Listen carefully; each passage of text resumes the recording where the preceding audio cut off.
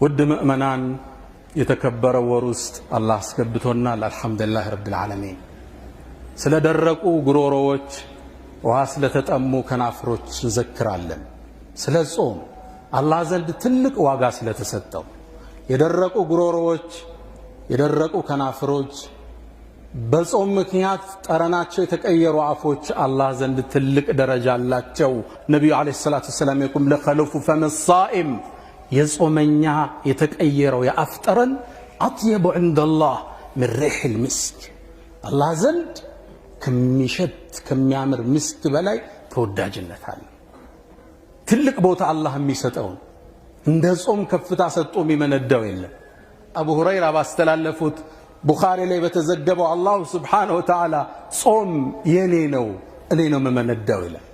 ያ ባሪያዬ ስሜቱን ምግቡን መጠጡን ለኔ ብሎ ተወ፣ ጾምማ ለኔ ነው እኔ ነው የምከፍለው ምንዳውን ይላል።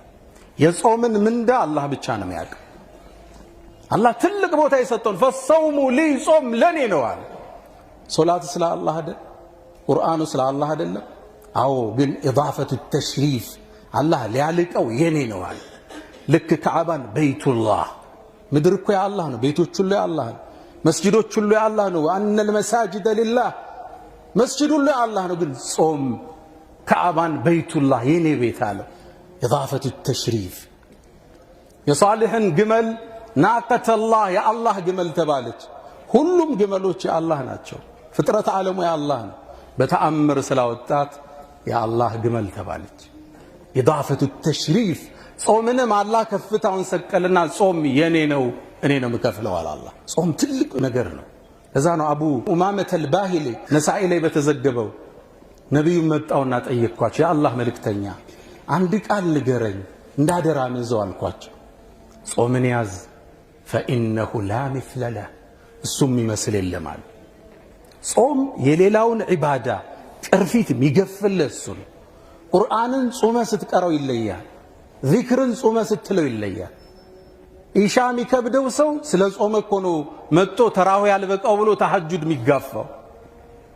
የሶላት ጥፍጥና በቀን አንድ ፔጅ ማይቀራ ሰው ሶላት ላይ አንድ ጁዝ እንዴት ይቆማል? ጾም የሚገፈው ግልጥና አለ፣ ጥፍጥና አለ። የታሸጉ ዒባዳዎች በደረቁ ጉሮሮች ይከፈታል። ልብ ብላ አስተውላል። አዛን ከማለቱ 20 ደቂቃ በፊት ሚሰማህ ደስታ ምድር ላይ እሱም ይተካል። ቴምሩ ቀርቦ ቢስሚላህ ብለህ ስትመገበው ለሳኢም ፈርሐታ ሁለት ደስታ አለው ተብሎ ደስታው ያኔ ይታተማል። በተለይ ከዓሱር በኋላ ቁርአን ይዘህ ቀን ትንሽ አርፈህ ቁርአንን እስኪያዘው ጥፍጥናው የተለየ ነው። ዚክር እስኪበለው ተስቶ የተለየ። ጾም አከታትለው ነበርና ዑመር ብን አልኸጣብ የሚጾሙት እና ዒሸቱ ረዲየላሁ ተዓላ እና ዑስማን ብን ዓፋን ሐታ ሊሞቱ ሲል እንኳን ጾሙን አልተውም ነበር። ዑስማን ብን ዓፋን ከመሞታቸው አንድ ቀን በፊት ከመገደላቸው ታሪኩ ሰፊ ነው፣ ሌላ ጊዜ እንዘክረዋለን። በህልማቸው ነቢዩንና ሸይኸይን አቡበክርና ዑመርን አዩ። እሳቸው ኸሊፋ ናቸው። ከዛ ምግብ ቀርበዋል። ሊበሉ ሲሉ አሁን ከኛ ጋር አትበላም፣ ነገ ጾምና አብረህን ታፈጥራለህ አሉት። ሰይድና ዑስማን ጾሙ፣ በዛውን ቀን ተገደሉ። ምናልባት ህልማቸው ተተርጉሟል። ሰይድና ዓሊ ረዲየላሁ ተዓላ ዐንሁ ጿሚ ነበሩ። ሐታ ነቢዩ ዓለይሂ ሰላቱ ወሰላም ወስያ ሰጥተዋቸዋል። አንዴ ጠሯቸው፣ ያ ዓሊ አተድሪ መን አሽቅ ናስ፣ ከዚህ ትውልድ እድለቢሱ እርጉሙ ማን እንደሆን ታውቃለህ አሉ። ከመጀመሪያው ትውልድ ግመሏን የቆረጣት ነው አላቸው። ኢዝም በዓተ አሽቃሃ ከዚህ ትውልድ አላቅም አላቸው። ከዚህ ትውልድማ አንተን የሚገልህ ነው አሉት። አብዱራህማን ብን ሙልጅም የሚባል ከሃዲ ነበር፣ ለሱብሒ ሲወጡ የገደላቸው። ደነገጠ ዓሊ። የአላህ መልእክተኛ እገደላለሁ እንዴ አላቸው። አዎ ያ ዓሊ ትገደላለህ፣ ወአንተ አኽመስ ስትሞት ያኔ ረሃብ ላይ ነህ አንተ። ምናልባት ጾመዋል፣ በጣም በተራቡበት ወቅት ነው የሚሰዉት። ወአነ ሃዚህ ይሄ ጺምህ ለቱኽደቡ ብድማ ደም ይታጠባል አሉት። ደነገጠ ዓሊ። የነቢዩን ቃል እውነት አለ። ለዛ ነው አንዴ ኩፋ የሚባል ኢራቅ ላይ ሂደው ታመው ሳለ ሊሞት ነው አሚረል ሙእሚኒን ሲሉ አልሞትም እኔ ገና መሞተው ጺሜ በደም ተነክሮ ነው አላቸው። አንድ እጁን ያስታጠቡት ፊቱን ሲታጠብ ጺሙ በውሃ ወረዛ ውሃ ረገዘ ልብ በሉ ነብዩ ነግረውኛል የኔ ጺም በደም ሳይነከር አልሞትም ማለት የነብዩ ቃል ተፈጸመ አሊ ሰይድና አሊም እንደራባቸው እንደጾሙ ተሰው ጾመው አላህን መገናኘት ይናፍቁ ነበር ከጾም አያቋርጡም ነበር ደዋሙ ሲያም ባህሪያቸው የሌላውን ዒባዳ ጥፍጥና የሚገልጸው ጾም መሆኑን ያውቃሉ ሁሌም ጿሚ ናቸው hatta ሊሞቱ ብለው ዑርወት ኢብኑ ዙበይር ታዋቂው ሰሃባ የሞት አፋፍ ሲደርስ ያው ሊሞት ሲል ሰው አፉ ይደርቃል ምላሱ ይላወሳል ውሃ መጡለትና ጠጣሉት ውሃን ያልጠጣ ማለት እንደ ጾም ከአላህ መገናኘት ነው ፈልጋላችሁ ምክንያቱም ሐዲስ ላይ ኢማም አህመድ በተዘገበው ሼኽ አልባኒ ሶሒህ ባሊት ሐዲስ ላይ አንድ ሰው ለአላህ ብሎ ጾሞ ከሞተ دخل الجنة ነው ሐዲስ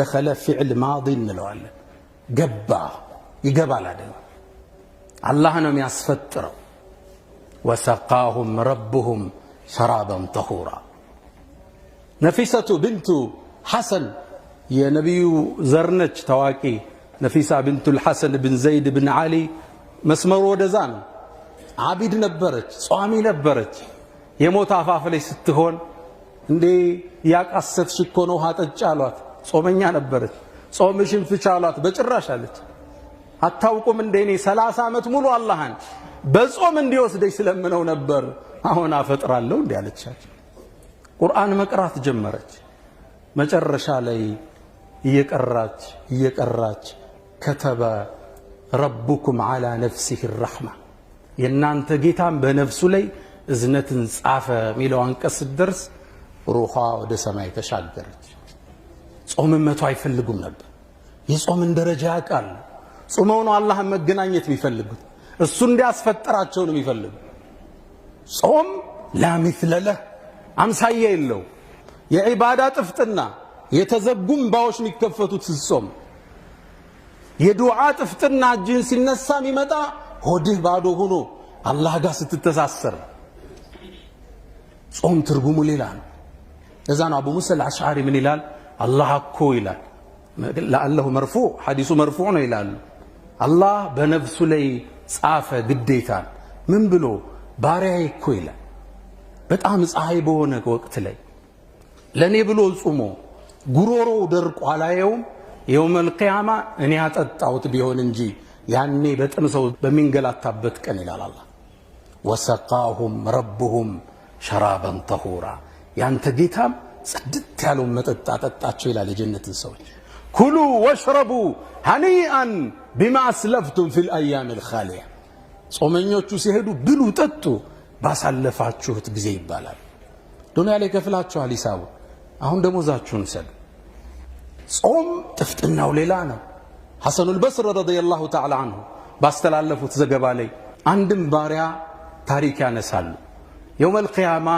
ጀነት ውስጥ ገባ ይባላል የጀነት ዓለም ሌላ ዓለም ነው ወንዞች ይፈሳሉ አዋፋት ይዘምራሉ የማር ወንዙ ጥግ ላይ ቁጭ እንዳለ ውብ ሑረ العين ትመጣለች ውበቷም አይለካ ቁንጅናዋ ጥግ የደረሰ ከፊቱ መጣት ትሰየማለች ሚስቱ ነች ታወራዋለች መጠጥም ትሰጠዋለች ይጠጣሉ ይሳሳቃሉ ፍቅር ይደራል በወሬ መሃል አንድ ነገር ትለዋለች አላህ ለምን እኔ እንደዳረ ታውቃለህ ትለዋለች እንዴት ዳረኝ አንዴ ጾሞ አላህ ተመለከተ ዱንያ ላይ በጣም ውሃ ጥምጥምቶ ነበር ቀኑ ረዝሞብ ነበር ስቃይ ተሰምቶ ነበር ያኔ አላህ ወደ ምድር ተመልክቶ ለመላእክቶቹ ፎከረ ባንተ የተነሳ ባሪያዬን እዩት ስሜቱን ምግቡን መጠጡን ለኔ ብሎ ትቶ ይሰቃያል እኔ ዘንድ ያለ ምን እንዳፈልጎ ነው መስክሩ መላእክታኖች እኔ ምሬዋለሁ ይላል አላህ ያኔ ምሮ እኔን ለሚስትነት አጨለ ትለዋል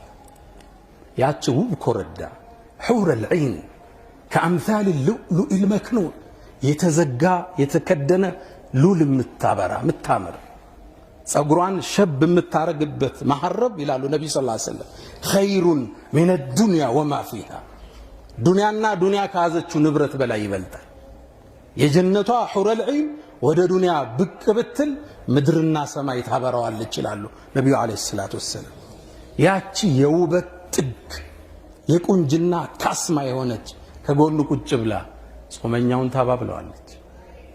ጾም ደረጃው ትልቅ ነው። ረመዳን ጾም ለማመድበት መልካም አጋጣሚ ነው። فاستغفروه فطوبى للمستغفرين.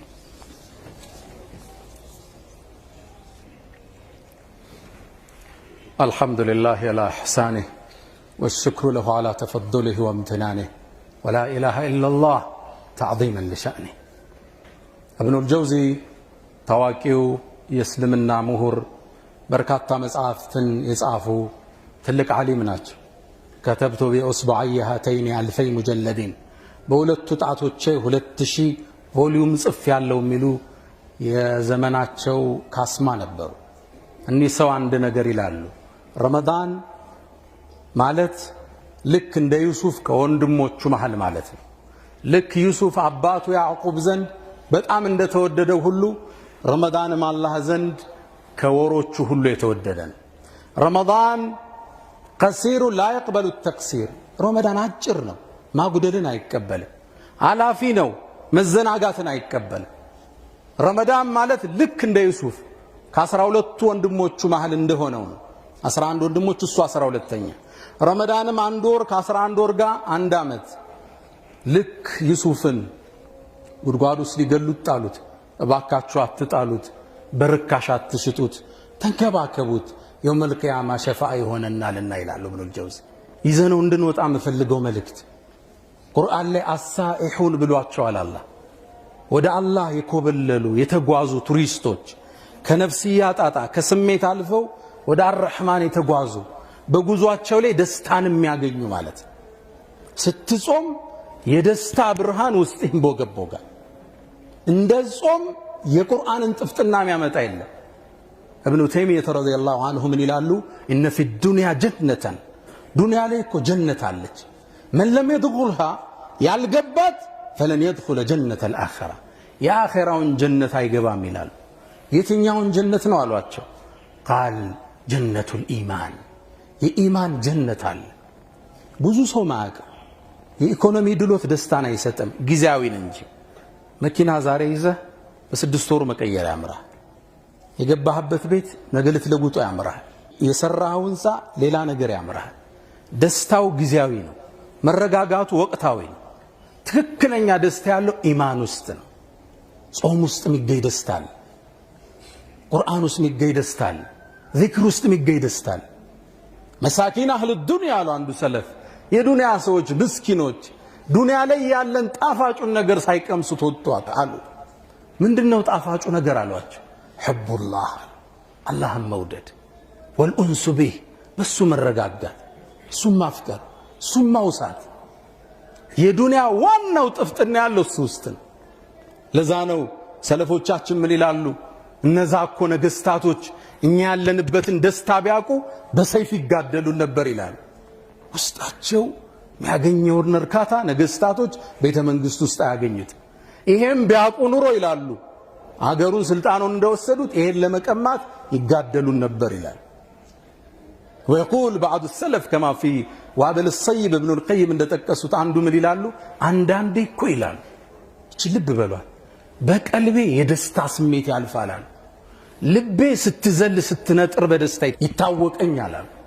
ታዲያም ብየላለሁ አሉ የጀነት ሰዎች እኔ ባለውበት ደስታ ውስጥ ካሉ ታድለዋል ማለት ነው ላለዋል። ይገባችሁ ነው ቋንቋቸው? من عمل صالحا من ذكر وأنثى وهو مؤمن فلنحيينه حياة طيبة እነዛ በእኛ ነው ነብዩን የተከተሉ ቆንጆን ህይወት እናኖራቸዋለን አላለ። ሐያተን ጠይብ ሽሮ በላ ደሮ በላ ውስጡ ደስተኛ የተረጋጋ የሰከነ ስብዕና። ጾም ይህን ደስታ የሚገልጥ የጥፍጥናውን በረካ የሚያመጣው የቁርአኑን ጥፍጥና የሶላቱን ጥፍጥና የሚያመጣው ገላጩ ገፋፊው ጾም ነው። ተጠቅመውበት ከሚወጡት አላህ ያድርገን። ያ መን تحبون النبي محمد صلوا عليه وسلموا طول المدى فصلاتكم وسلامكم نورا لكم في أمسكم وبيومكم ولكم غدا إن الله وملائكته يصلون على النبي يا أيها الذين آمنوا صلوا عليه وسلموا تسليما اللهم صل على محمد وعلى آل محمد كما صليت على إبراهيم وعلى آل إبراهيم وبارك اللهم على محمد وعلى آل محمد كما باركت على إبراهيم وعلى آل إبراهيم في العالمين إنك حميد مجيد. اللهم أعز الإسلام والمسلمين وأذل الشرك والمشركين. اللهم تقبل صيامنا وقيامنا. اللهم لا تدع لنا في مقامنا هذا ذنبا إلا غفرته، ولا هما إلا فرجته، ولا دينا إلا قضيته، ولا غائبا إلا رددته، ولا مريضا إلا شفيته. اللهم أحسن ختامنا واجعلنا وتوفنا مع الأبرار من الذين أنعمت عليهم مع النبيين والصديقين والصالحين وحسن أولئك رفيقا. ألا فأقم الصلاة.